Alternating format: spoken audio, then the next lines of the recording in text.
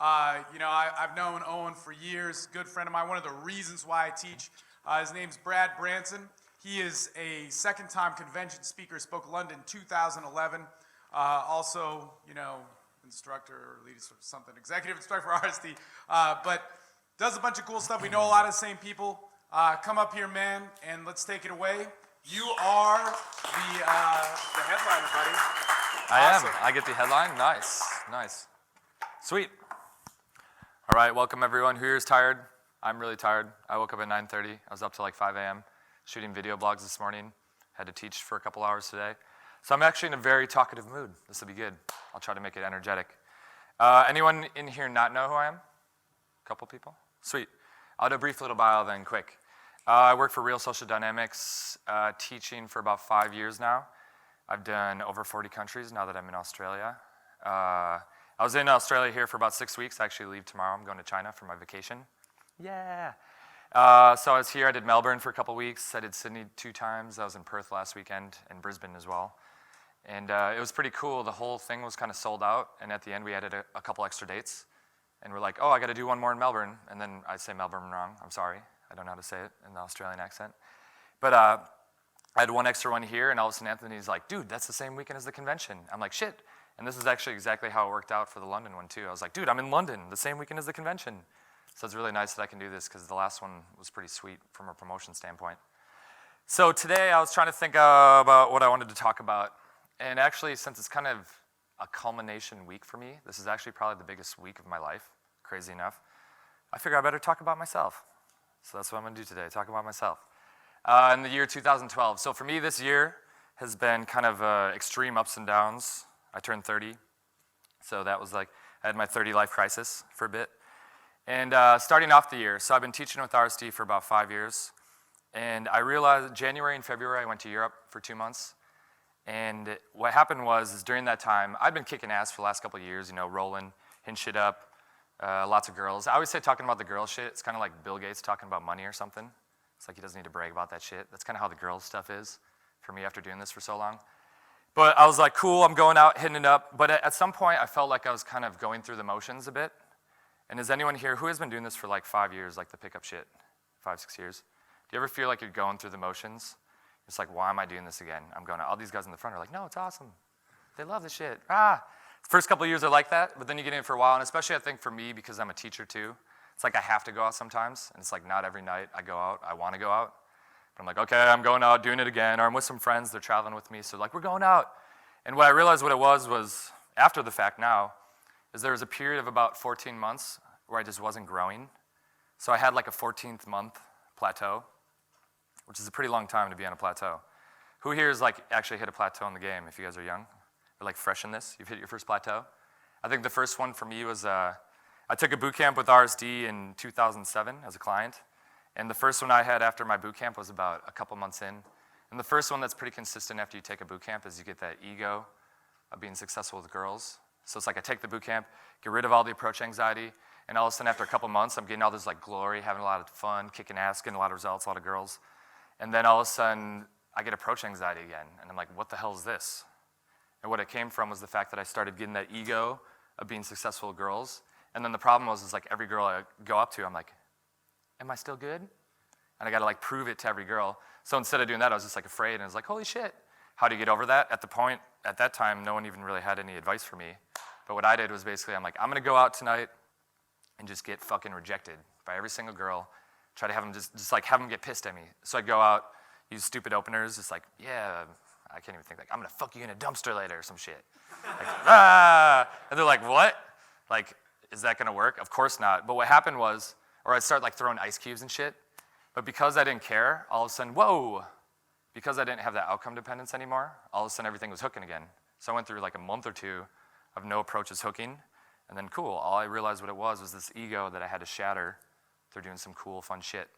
But the sticking point I had at this point, this year, I think the hardest part about dealing with the sticking point, anyone not know what I mean by sticking point? Everyone knows? Okay. So the hardest part about the sticking point is not fixing it, it's knowing what it is, right? And I think that's why usually when you have a mentor or personal coaching or something like that, is to have a guy to give you that personalized feedback to be like, you're doing that wrong, your eye contact sucks. Oh, then once you know it, you can fix it, right?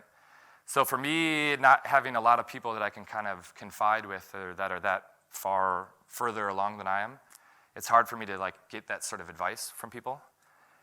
And what I realized what it was, like I said, I wasn't growing. And I noticed for me, actually, what it was, kind of funny enough, it was that I was just drinking too much, right? I don't drink a lot, that much, whatever. But at the time, we're in Australia, I guess, so it's kind of a drinking culture here.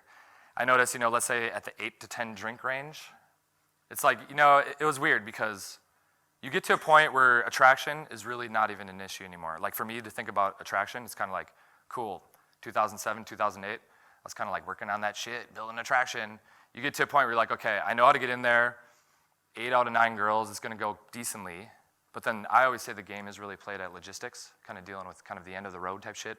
Like befriending the friends, like throwing chode on the other girl, or like whatever you need to do to kind of make shit happen. That's, I think, where the game is played. So here I am out at the beginning of this year, and for, like I said, for the first 14, like all of last year and the first 2 months of this year. And I noticed what it was I was just like super sloppy.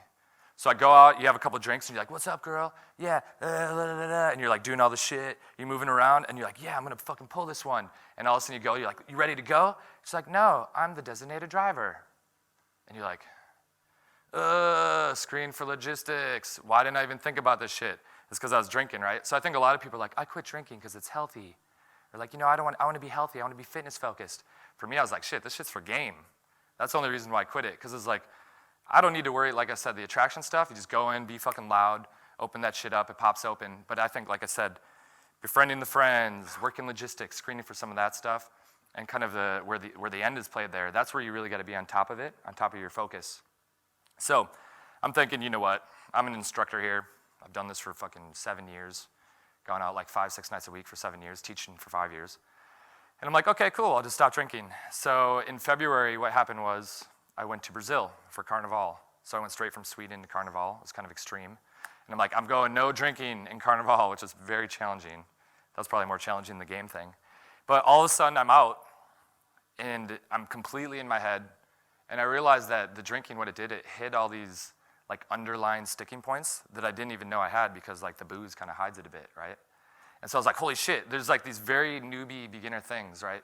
And for me, like I said, the reason why this week is so big for me, I'm doing my first product launch, which starts today, some shit, so I gotta go home and keep working all night long.